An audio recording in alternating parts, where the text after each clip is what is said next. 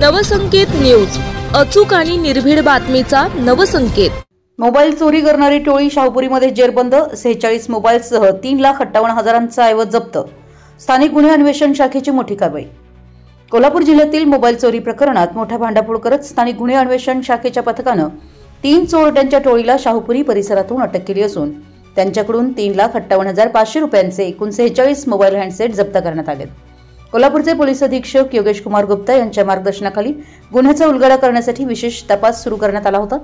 यानुसार स्थानिक गुन्हे अन्वेषण शाखेचे पोलीस निरीक्षक रवींद्र कळमकर यांच्या नेतृत्वाखाली उपनिरीक्षक शेष मोरे यांच्या पथकानं मिळालेल्या गोपनीय माहितीनुसार शाहपुरी भाजी मंडई परिसरात सापळा रचत कारवाई केली।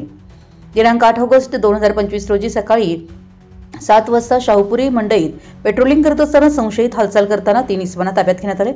चौकशीत त्यांनी आपली नावं पुढीलप्रमाणे सांगितली आहेत। गणेश अनिल माने वय 23 राहणार पेठवडगाव तालुका हातकणंगले, महादेव राजाराम पाटील वय 34 राहणार साजनी तालुका हातकणंगले, गणेश शिवाजी माने वय 27 राहणार गौडवाडी रोड सोलापूर त्यांच्याकडून अंगझडती घेतली असता वेगवेगळ्या नामांकित कंपन्यांचे एकूण 46 मोबाईल हँडसेट सापडलेत। यांची अंदाजित किंमत 3,58,500 इतकी। सदर मोबाईल जप्त करून संबंधित आरोपींना शाहपुरी पोलीस ठाण्यात हजर करण्यात आलं असून पुढील तपास सुरू आहे।